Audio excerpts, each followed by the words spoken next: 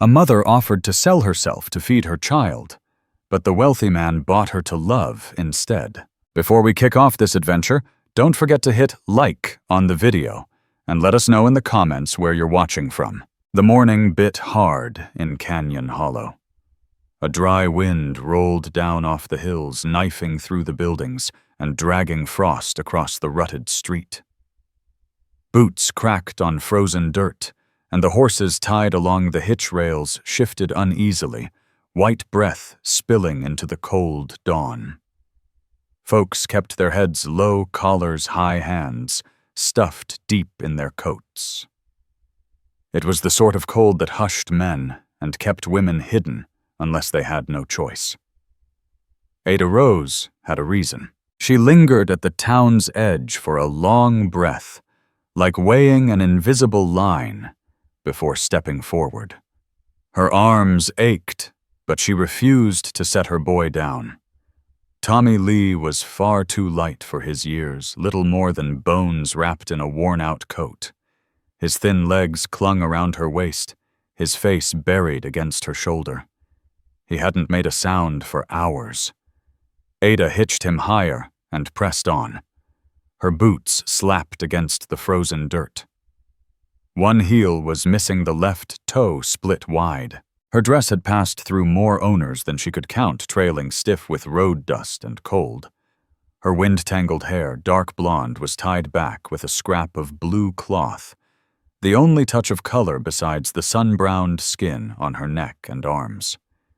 She kept her gaze down when passers-by muttered, even when a man spat near the mercantile. Jaw clenched, eyes fixed, she walked straight for the saloon doors. Her pace was slow, but certain, the kind of walk a body makes when they've settled on a choice they prayed they'd never have to. Ada Rose had stumbled into Canyon Hollow 3 days back. She hadn't planned to stop, but Tommy Lee wheezed through the night, and her legs had nearly buckled by the second day of walking. Her husband, Harlan Pike, had been gone near 2 winters, trampled down in a dry gulch by a debt man's wagon. He'd been chasing medicine for their baby when the town scribbled it off as an accident. Ada knew better. Since then, she'd scrubbed floors, stitched shirts, took in wash. None of it kept a roof overhead. No one hired a woman carrying a child with no man to vouch. By the time she dragged herself into Canyon Hollow, they hadn't eaten in 2 days. The boy's ribs showed clear through his thin coat. She halted outside the saloon doors, breath shaking. One hand locked tighter around him.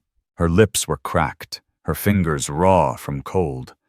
She hated what she was about to do, but there was no other road left. Inside the saloon sat dim lamplight flickering on soot-stained walls. The air reeked of old whiskey and stale smoke. A man snored on a bench. 2 more played cards with dull shuffles. Behind the bar, Amos Tate, thick-bodied with red knuckles and a grease-stained apron, wiped the counter without glancing up. Ada stepped inside. Eyes followed her immediately. Tommy Lee stirred against her shoulder, but went quiet again. She walked into the center of the room. The floor groaned beneath her boots. No one spoke. Her throat burned her gut empty.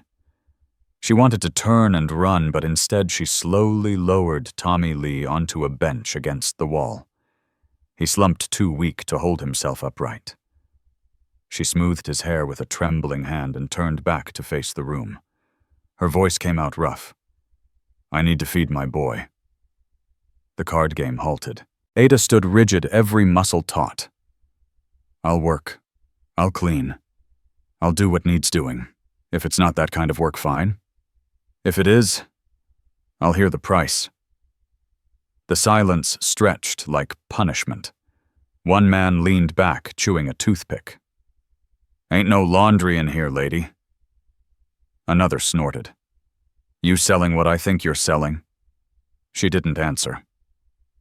A third man laughed. "Don't look like much. What's the boy worth?" Her stomach twisted, jaw locked so tight it hurt. She held her ground. Then came the scrape of a chair. From the dark back corner where a man had sat silent the whole while. He rose slow and steady, unfolding like someone who moved on his own time. Cole Boone.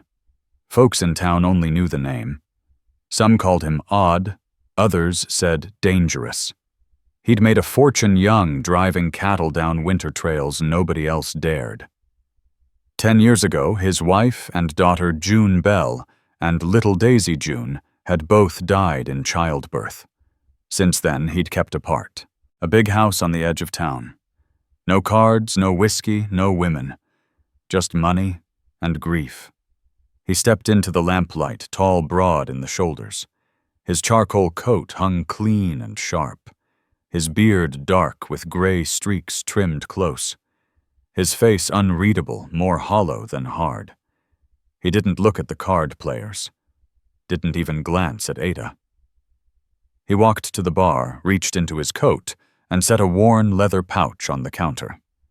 Coins spilled with a dull clatter, not showy, just certain. "Give her food," he said to Amos Tate, voice low. "Something hot." The barkeep nodded already, ladling stew from a pot. Only then did Cole Boone turn his head not fully toward Ada, but toward the small boy on the bench. His eyes shifted toward Tommy Lee, curled small on the bench. "You'll take the room upstairs," he said, voice steady as stone. "It's mine. No charge. Just for the night." Ada Rose stared, breath catching between fear and disbelief. Why she whispered. For the first time, he met her eyes. They weren't cruel, just hollow, like a man who'd seen too much sorrow and chose silence instead. "No child should freeze," he said. With a single nod, he turned, stepped out into the cold, and shut the door behind him. The wind howled harder outside. Ada stood frozen, staring after him, her hands shaking. She couldn't understand it.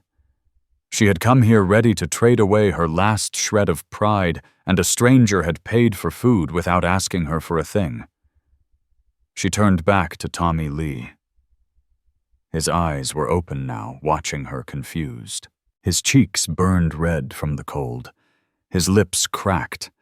But there was something in his gaze, a flicker of wonder, maybe the first spark of hope. Ada crossed the room and pulled him into her arms. The barkeep, Amos Tate, slid a steaming bowl onto the table. "You heard the man," he muttered. "Eat." Her throat locked too tight for words. She didn't thank him. Instead, she lifted the spoon and fed her boy first one slow bite at a time. Tommy Lee ate without speaking, and Ada, who had walked into that saloon ready to sell herself for scraps, sat silent, stunned by a man who wanted nothing in return. Outside, Cole Boone made his way back toward his house at the edge of town without glancing back. He'd seen the boy's face. That was enough. The upstairs room was plain but clean, the kind of place seldom used. Pine walls, pale light seeping through thin curtains, a heavy quilt folded on the bed. A basin sat in the corner with a pitcher and towel. Ada stood quietly, her son drowsing in her arms with stew in his belly. She hadn't questioned when Amos handed her the key, she just nodded and carried Tommy Lee up step by careful step, half expecting someone to snatch it back. No one did. Now she sat on the edge of the bed, holding him close. Her back ached, her hands stiff from cold and miles on the road. But sharper than pain was suspicion, a slow, creeping unease. She kept seeing his face in her mind. Cole Boone. She'd heard the name whispered back in Dry Gulch. A cattle baron. Rich. Reclusive. Some swore he'd never recovered after burying June Bell and little Daisy June. Others claimed grief had driven him half-mad, dangerous. She didn't know what to believe. What kind of man paid for a stranger's food and room and simply walked away? She glanced down at Tommy Lee. His breathing had slowed, his small fingers hooked into her coat. She eased him under the quilt, tucking it snug around his tiny frame, then moved to the basin. Cold water stung her raw skin as she scrubbed her hands, washed her face, and studied her reflection in the rippling surface, tired, hollow, but not broken. Afterward, she sat stiff in the chair, arms crossed, waiting. She didn't undress, didn't lie down. She didn't trust luck anymore. Morning came with boots thumping on the floor below, doors swinging, voices rising as the saloon woke. Ada rose early, folded the quilt, neat, smoothed her hair, and checked on Tommy Lee. He was still asleep, his face soft for once. She let him rest. When she carried him downstairs, Amos Tate gave her a nod and slid a folded scrap across the counter. He left a note.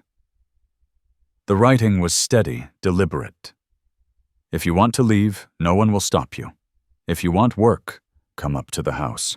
South of town, past the blacksmith road, you'll see the gate. She read it twice, then tucked it into her coat. Who is he really? She asked. Amos shrugged. Keeps to himself. Don't stomach liars or drunkards.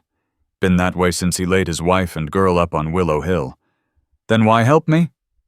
Amos gave her a look like he almost said more, but held it back. Maybe he saw something he couldn't walk past. Ada stood there weighing the note. She had enough coin now to buy a day or two of food, maybe reach the next town if she begged along the way. But after that, the same stares, the same refusals, the same invisible burn, until she shamed herself to be seen. She glanced down at her boy. His head rested against her shoulder, eyes half-lidded, but still watching. She whispered, "Let's see what kind of gate he meant." Maybe she could reach the next town if she walked hard, and begged the rest of the way. But what then? Same hard stares. Same refusals. The same slow burn of being invisible until you stooped low enough to shame yourself just to be noticed. Or she could follow the road toward him. She looked at her boy. Tommy Lee was awake now, his head resting against her shoulder, half-lidded eyes watching every move. "Let's see what kind of gate he meant," she whispered. The house stood on a rise at the south edge of town, just past the blacksmith's yard, where two horses stood hitched. A narrow path wound upward, flanked by dry grass and fence posts, blackened by years of wind and sun. Ada Rose paused at the gate. Tall, sturdy timber with a brand burned into the crossbar, an hourglass carved within a circle. She pushed it open slowly. The yard was neat. No junk, no broken tools scattered about. A single wagon sat under a shed. Firewood stacked high beside the house. The place itself was big plain, but solidly built. Smoke curled from the chimney. Cole Boone stood near the barn, a short axe in his grip, splitting logs with a measured swing. Same coat as the night before. Sleeves rolled high, shirt clean. His movements steady, deliberate. When he noticed her, he stopped, but said nothing, only set the axe aside and waited. Ada approached slowly. Tommy Lee clinging to her hip. "You meant it?" she asked. "About work?" Cole gave a single nod. "If you want it." "I don't beg," she said flatly. "I work. I know." His answer was simple. She dropped her eyes to the dirt, then back at him. "What would I be doing?" "Whatever you can handle. Cleaning, cooking if you know how, helping with the winter feed." His eyes flicked to the boy. "He'll stay inside where it's warm." Ada hesitated. Her body screamed for rest, her pride demanded answers. But the warmth of her son's face pressed against her collarbone. That outweighed everything. "All right," she breathed. Cole nodded once more, then turned toward the house, holding the door for her. Inside, the floorboards were plain pine, a fire already burned in the hearth, shelves neatly kept, tools in order, a table built by hand. It smelled of dry pine and ash. Ada stepped in chest tight. She hadn't been inside a house this clean in years. "There's a room through there," Cole said, pointing to a side door. "You and the boy can sleep there. Clean linens, water basin. If you need anything, say it." Ada watched him. He didn't look at her, just pulled bread from a tin, slicing even pieces with practiced hands. She couldn't read him, and that unsettled her most of all. No lingering glances, no suggestions, just plain gestures, quiet actions. "I don't understand you," she muttered. "You don't need to," he answered without turning. She carried Tommy Lee into the room. The boy was too worn to resist. She sat on the bed, touched his forehead, and finally exhaled for the first time in days. Outside, the wind shifted. Inside, nothing stirred but the fire. And for the first time in a decade, Cole Boone set 2 plates at his table. Not for a guest, not out of duty, just because someone had stayed. Ada woke before the sun. The window let in nothing but icy air and a faint gray glow of frost. She lay still, listening. No boots, no voices.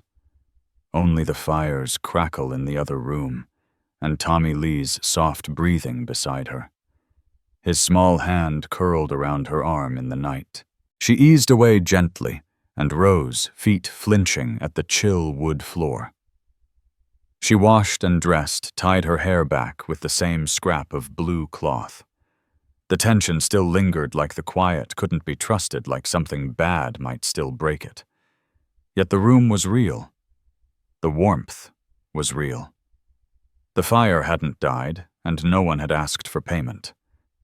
In the kitchen, she found Cole Boone already at the stove, feeding kindling into the flame beneath the iron pot.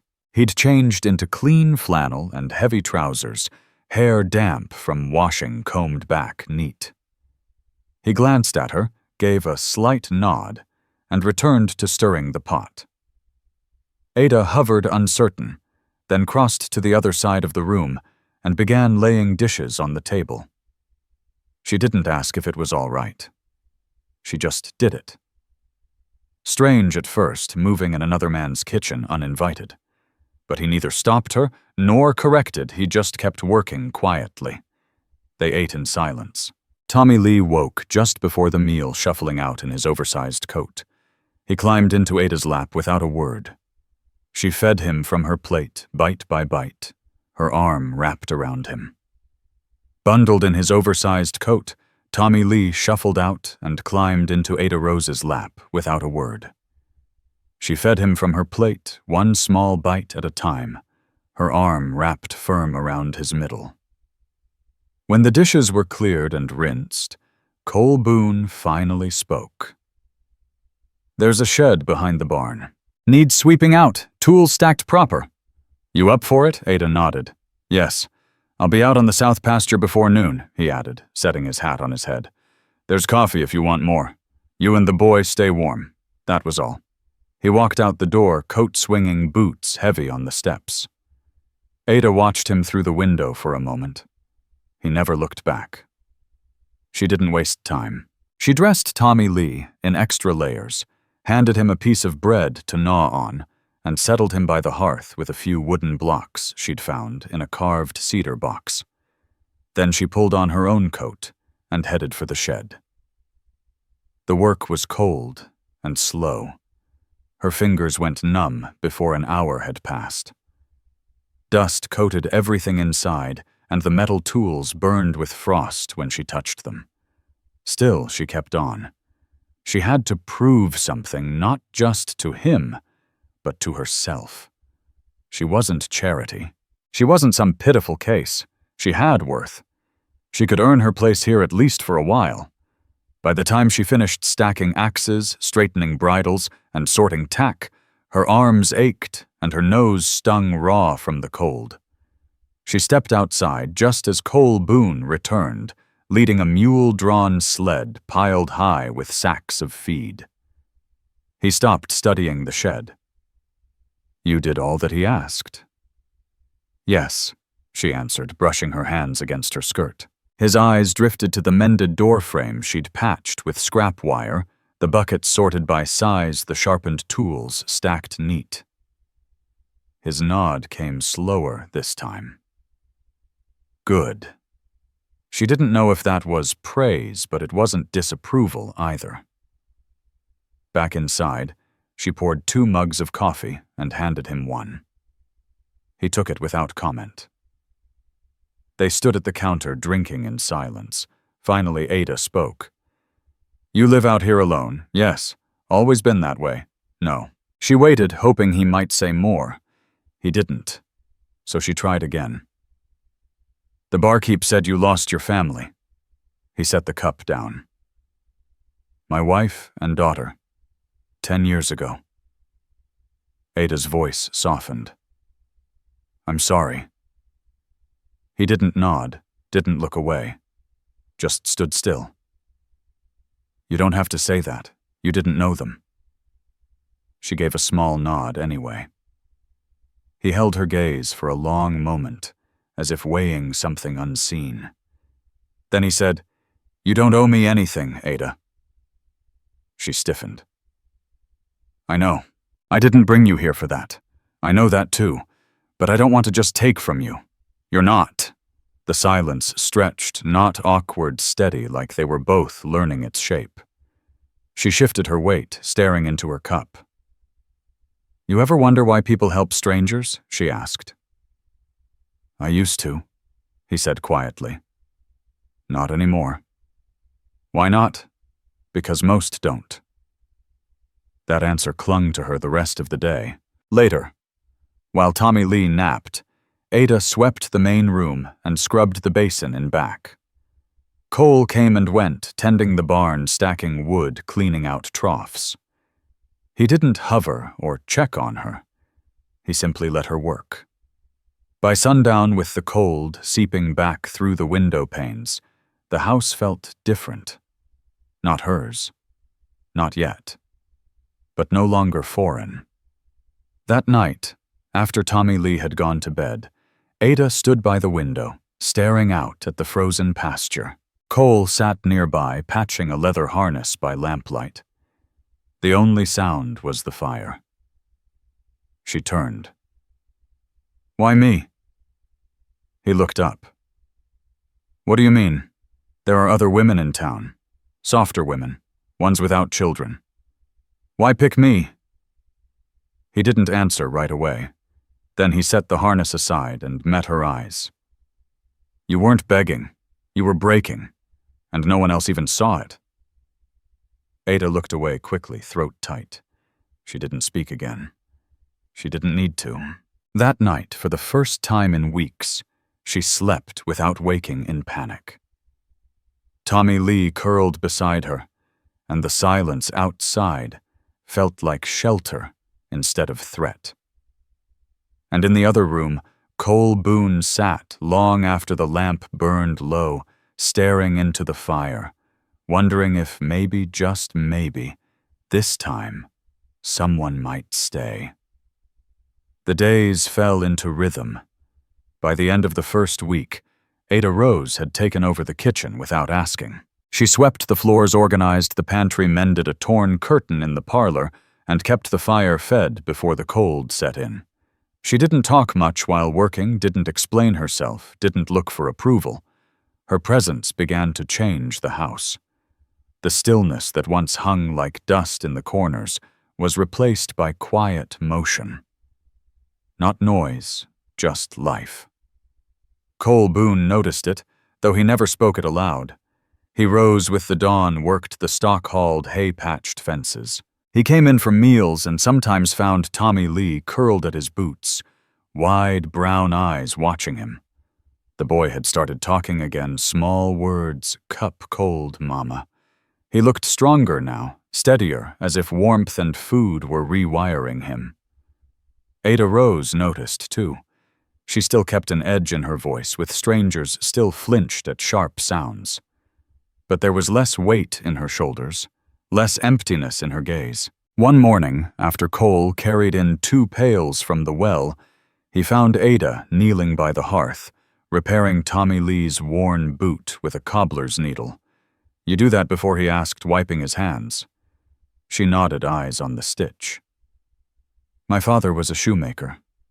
Before he died. You closed his shop? No, she answered simply. He drank. Came home mean most nights. My mama tried to keep him out of our way. Cole didn't press. Ada kept working. Harlan Pike. Tommy Lee's father. He wasn't cruel, just never planned for much. Always chasing something he couldn't catch. I don't think he ever thought he'd grow old. You loved him. She paused. I married him. That was all she said. Cole gave a single nod, turned back to the sink, and let the silence sit. Later that day he saddled 2 horses. He didn't ask, just met her in the yard while she was pinning damp linens to the line, and handed her a pair of gloves. Ride with me. Need to check the east fence. Won't be long. Thought maybe you'd want the air. Ada glanced at the horses, then at Tommy Lee playing in the dirt with a handful of polished stones. She hesitated. He can stay with me next time, Cole offered, catching the worry in her eyes. Today he'll ride with me.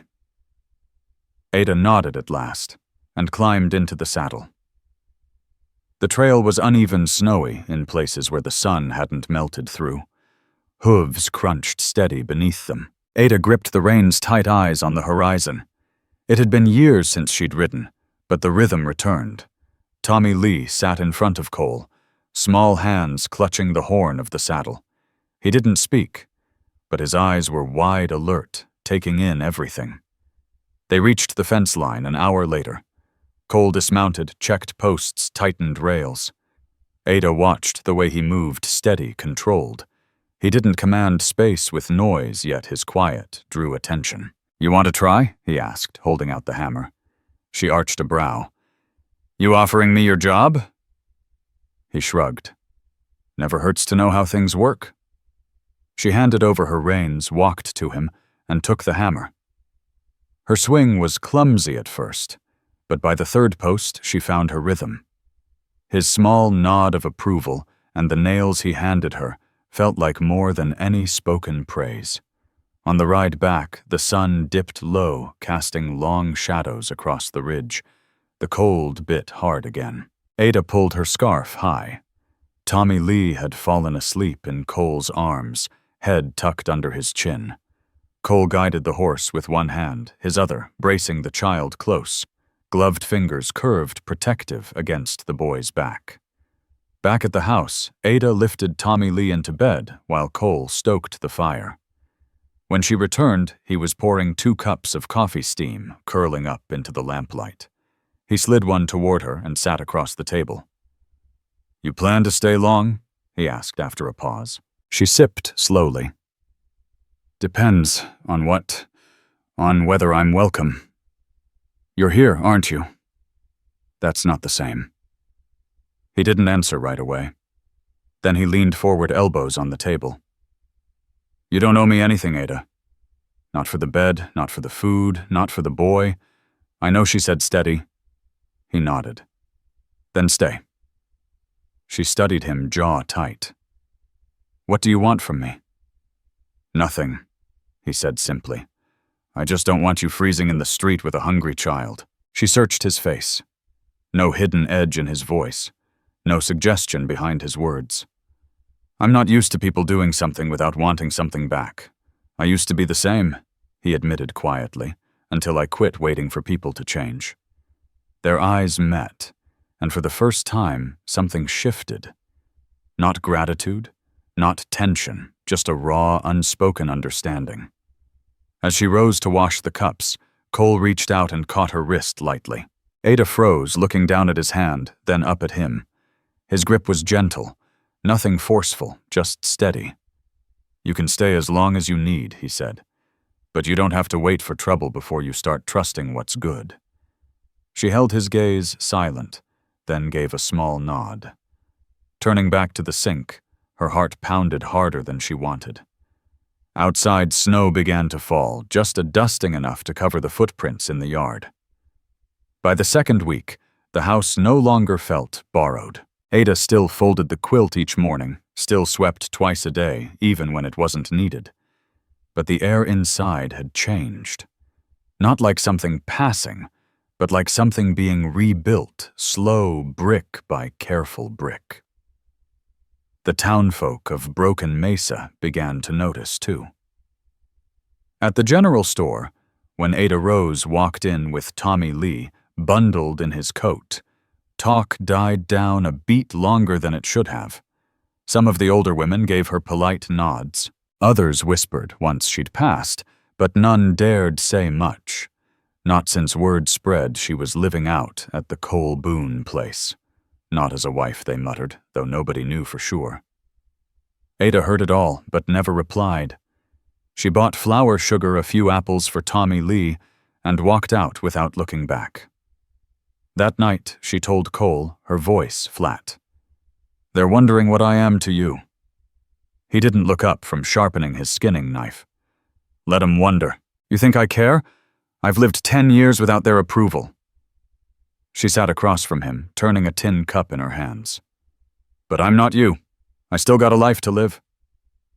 He looked up. "You think what they say changes who you are?"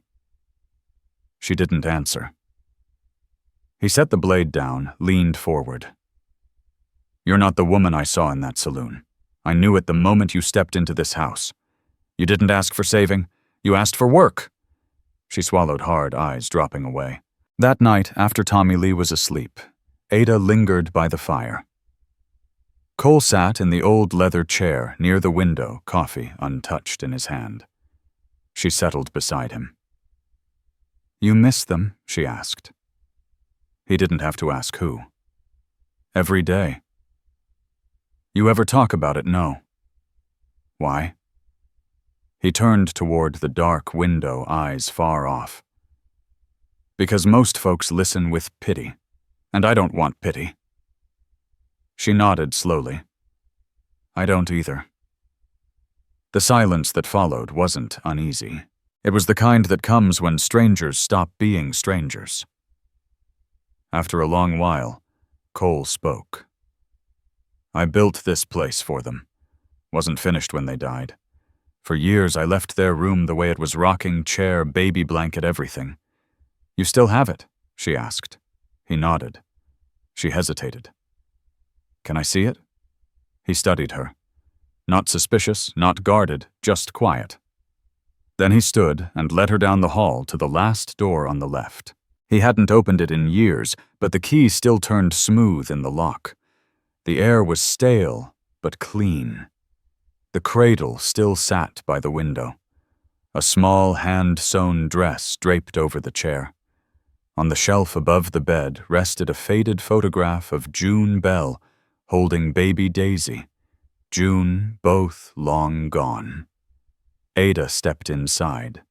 Slowly, arms crossed. "I never let anyone in here," Cole said softly. She looked back at him. "Then why me?" He was silent for a beat. Then, "Because you know what it means to lose." She didn't cry, didn't speak, just stood there beside him in that heavy quiet. After a while, she turned to go, but he stopped her gently with a hand on her arm. "I used to think leaving this room untouched honored them. Truth is, it just kept me alone." Ada looked at his hand, then at his face. "Then maybe it's time to let something new in." He nodded and let her go. The next morning, they cleared the room together. They folded the baby blanket, placed the photo in a new frame, and packed the little dress into a cedar box lined with linen. They spoke little, but every movement was careful, respectful. When they were done, Cole stood in the center of the bare room, eyes on the floorboards. "It doesn't feel like a grave anymore," he said. Ada touched his arm, light but steady. "Because it isn't." That evening they sat on the porch, watching the sun burn low across the flats. Tommy Lee played with wooden blocks at their feet. Ada leaned back in the chair, hands folded in her lap, and breathed. "Are you staying?" Cole asked suddenly. She didn't answer at once. "Then I haven't decided." He nodded, accepting it. "But I'm not running either," she added. His face stayed even, but something flickered behind his eyes. "Good," he said. Then he rose, went inside, and left the door open, not from habit, but from something closer to hope. Snow came heavy that week. By the third day, drifts reached the fence rails, and wind clawed the shutters at night. Cole spent long hours chopping wood, tending stock, shoveling paths between barn and house. Ada salted the steps and cooked heavier meals, stews, biscuits, thick gravy over potatoes. Tommy Lee grew livelier indoors, humming tunes, making up nonsense songs, as he built towers from spare nails and scraps of wood.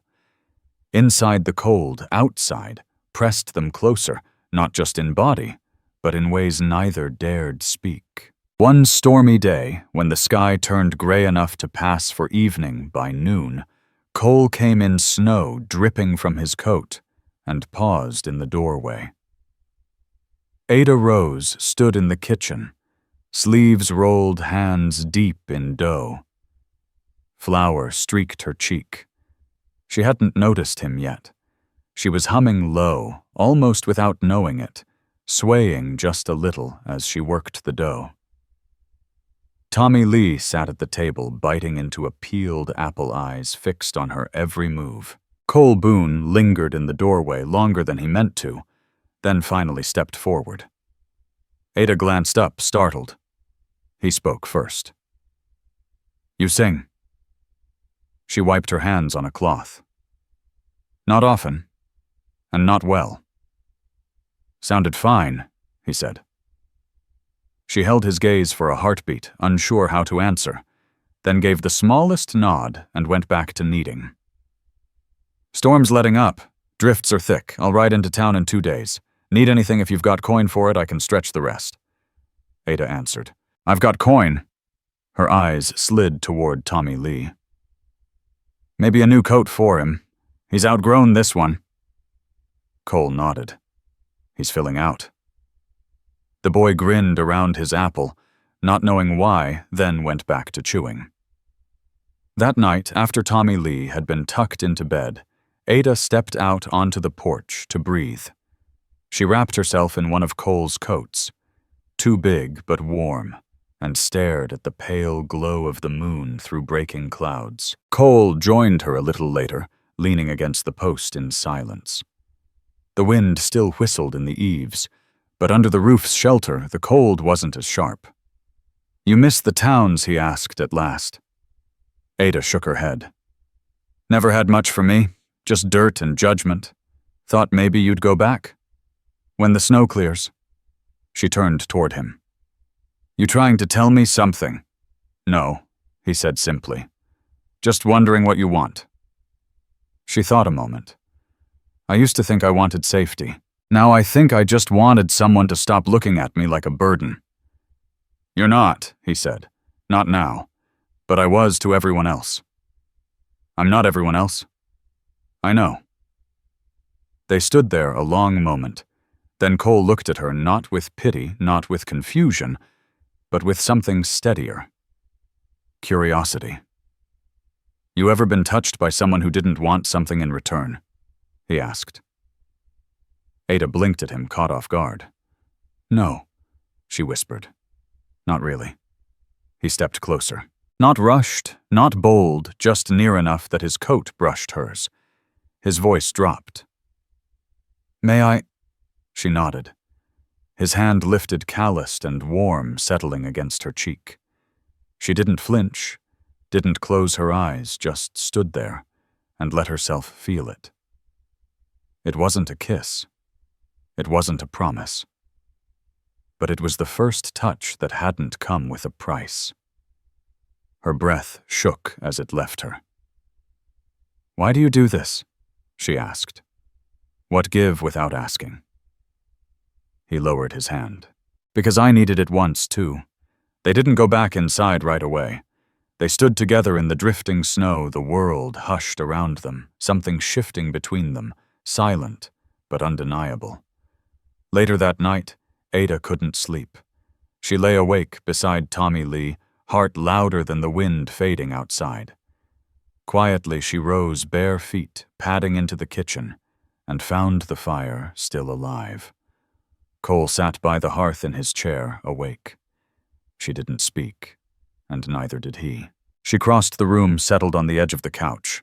Her foot brushed his boot. He didn't move. After a long silence, her voice barely audible, she asked, "If I stayed for good, would that be all right with you?" He turned to her. "You already are." She reached for him first this time. He didn't ask. Their kiss wasn't rushed or hungry. It was slow, careful, two souls who had lived too long on scraps of survival. His hand rested at her waist. Hers slid up to the back of his neck. When they parted, no words were needed. She leaned against his shoulder, staying with him until the fire burned low. The next morning brought quiet, but a softer kind than before. The house seemed to breathe with them. Ada woke early, but she didn't rush from the bed. Tommy Lee was curled close, warm and safe, and the memory of the night lingered in her chest. Cole's hands, his patience, the warmth of being wanted but not claimed. She rose, wrapped her shawl tight, and padded into the kitchen. The fire was lit, coffee already on. A folded note sat by the bread tin in town, back before dusk. "Take your time." She smiled, set the kettle to warm. A little later, Tommy Lee came wandering in, hair tousled from sleep. He lifted his arms, and Ada scooped him up, letting his head rest on her shoulder as she moved about the kitchen. The morning unfolded gentle and easy. She didn't push herself to scrub or sweep that day. For once, Ada Rose felt no need to prove her worth. The house wasn't a task anymore. It was beginning to feel like a home. Cole Boone rode in late that afternoon, his coat frosted with snow. 2 heavy bundles lashed to the saddle. Ada met him at the door, taking some of the weight as he stepped inside. He'd brought flour sugar winter greens and something wrapped neat in brown paper. When she opened it, her breath caught. A new coat, wool-lined, sturdy, and sized just right for Tommy Lee, with room to grow. Cole's voice was plain. "Should fit him. He'll grow into it." "Thank you," she said softly, but steady. He dropped the rest of the supplies, stripped off his gloves, then disappeared back outside. When he returned, he carried a small cedar box. Inside lay 2 pairs of leather boots, one her size, one for Tommy Lee. Ada touched them reverently. "This is too much. You both need it." "I'll pay you back," she whispered. "You already are." That night after supper, Tommy Lee dozed in the rocker, while Ada curled close to the fire with a book she'd pulled down, one she hadn't touched in years. Cole sat near mending a harness, though more than once his eyes lifted toward her wordless. At last, she broke the quiet. "You don't ask much about my past." He didn't look up. "Figured if you wanted me to know, you'd tell me." She closed the book, set it aside. "I lied once," she admitted. "After Harlan Pike died, a man in Dry Gulch, Silas Holt, said he'd give me work if I claimed I wasn't a widow. Said folks didn't trust a woman with a dead husband and a child. So I pretended I was just passing through. No story. No name." Cole's hands never stopped moving, though his eyes flicked her way. "On the second day he put his hands on me. I shoved him off. He told everyone I'd offered myself. Word spread. No one hired me again. That's when I left. You didn't do anything wrong, Cole said flat. I know. But for a time I stopped believing I had worth. He didn't fill the silence with pity or soft words. He just looked at her direct. You're not that woman anymore? No, she said. I'm not. Later. Once Tommy Lee was tucked into bed, Ada found Cole standing at the window, one hand braced on the sill, watching snow drift under the moonlight. She stepped close, slid her arms around his waist, and leaned against his back. He turned then, holding her tight, both of them silent. That night, she chose to share his bed not as a guest, not out of need, but as a woman deciding for herself. It wasn't hurried. It wasn't born of desperation. It was trust breath and warmth earned over weeks of patience. His hands were careful. Hers were steady. They undressed without shame, without performance, only two souls reclaiming what had been buried too long. Afterward, they lay together under quilts, her head resting against his chest, his hand gentle at her back. Is this what you want? He asked quietly. I wouldn't be here if it wasn't, she said. His eyes closed, but his arm tightened slightly around her waist. You ever think about starting over? She whispered. I used to. Then I stopped hoping. And now he breathed. I think maybe it isn't too late. They said nothing else that night. They didn't need to. Morning crept in gray and soft. Ada stirred, first listening to Cole's even breath beneath her cheek. She hadn't felt this kind of safety in years, not just safety from cold and hunger, but safety from judgment. Here she wasn't pretending. Here she was enough. She slipped from the bed, pulled on her dress, and padded barefoot to the kitchen. The stove fire was low, so she coaxed it back to life. Snow still swirled beyond the window, but the wind had eased. She brewed coffee, and just as it was ready, Tommy Lee wandered in, hair tousled his new coat, dragging from one arm. She knelt, fixed it snug, kissed his brow, then set him at the table with bread and butter. Cole joined them soon after, shirt half-buttoned, hair damp from the basin. Ada poured his coffee without a word. He nodded thanks. Eyes shifting toward the window. Snow's clearing. I'll ride out to check the lower fence. Ada leaned against the counter, arms folded.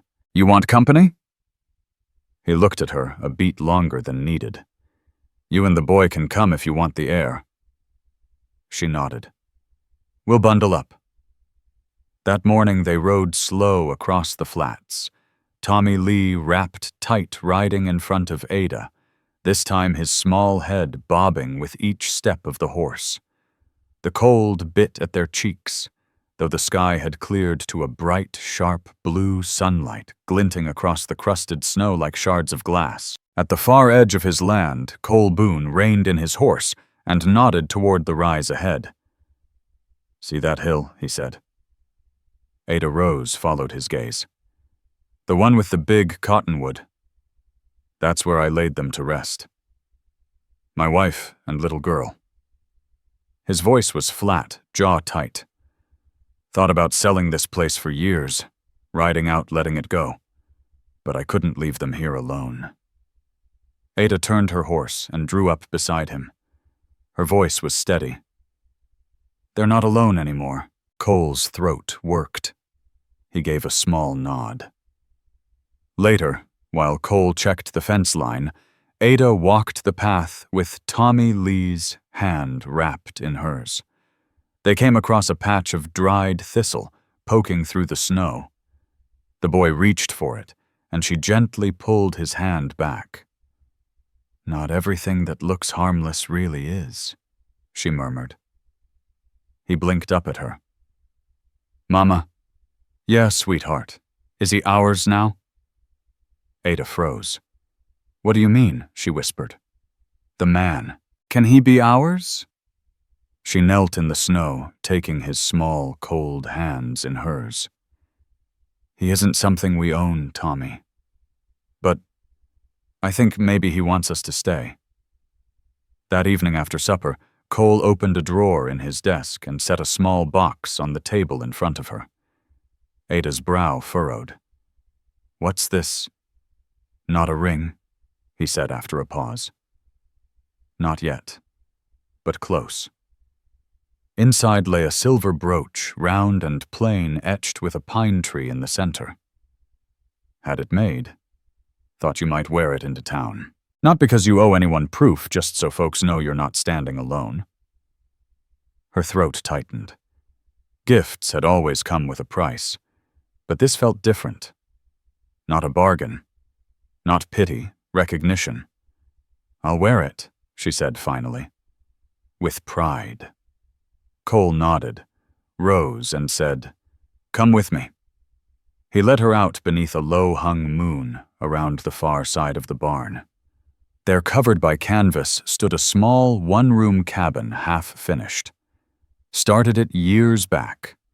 Meant for a hand, maybe a guest. Never finished it. Her stomach knotted. You want me to move out? No, he said quickly. But I thought if you ever needed space, a place that's yours, no expectations. Ada laid her hand on the latch, then turned back to him. I don't need space, Cole. Not from you. Something in his face softened, a guard falling away. She stepped close, pressing her hand to his chest. You never once tried to own me. Never once asked me to be anything but myself. That means more than you'll ever know. He covered her hand with his. All I ever wanted was for you to feel safe enough to choose. I choose you, she said, and kissed him. The kiss was slow, unhurried, built on truth instead of desperation. A love that didn't demand payment, only gave. That night, Ada didn't sleep as a guest or a burden. She slept as a woman who had finally come home. Spring crept into Broken Mesa with patience. Snow thinned layer by layer, green shoots pressing through damp soil. Pines breathed fresh. The river swelled, and sang birds returned with the thaw. Hope spread quiet as grass across the hills. Inside the Boone homestead, life shifted. No longer survival, it was choice. Ada no longer kept her satchel packed in the corner. She didn't count days. She worked from dawn to dark, but not from fear of being cast out. She cleaned, cooked, kept Cole's cattle books, tallied supply orders, and kissed him each night by the stove, as though it was her right. Tommy Lee thrived. He grew into his coat, his cheeks full with color, his voice strong in full sentences. He shadowed Cole through the yard with the faith only a child can give. One morning, without fanfare, he called him Pa. Neither Cole nor Ada corrected him. The word stuck. The whispers in town faded. In the end, Ada Rose at Cole Boone's side became not gossip, but fact. She never went back to the saloon. Instead, Ada Rose stepped into the general store, with her head high, Tommy Lee's small hand clasped in hers, and Cole Boone's silver brooch pinned to her coat. When Cora May, the preacher's wife, asked sharp as a needle, "Are you his housekeeper, or something more?" Ada met her eyes and answered simply, "Something more." Then she turned and left it at that. One bright April morning, Cole saddled 2 horses and packed a satchel with food. Ada met him in the yard, frowning. "We riding out?" He nodded. "Willow Hill." She hesitated. To visit another nod. Ada lifted Tommy Lee into her arms. "You want us all to go, I do." The ride was long and quiet, the sun warm enough to soften the chill. Tommy rode with Ada, humming under his breath as the hills rolled by. At the crest of Willow Hill, Tall grass swayed around two weathered headstones. Cole dismounted, first, knelt down and brushed away the wind-scattered leaves. For a while he said nothing, neither did Ada. At last his voice broke the still air. Daisy June was born still. June Bell bled out hours later. I held them both and couldn't decide who to bury first. For years, I blamed myself. Ada stepped to his side. You did what any man would have done. You endured. I didn't live after that, he said, rising slow. I just worked. His eyes found hers. Until you.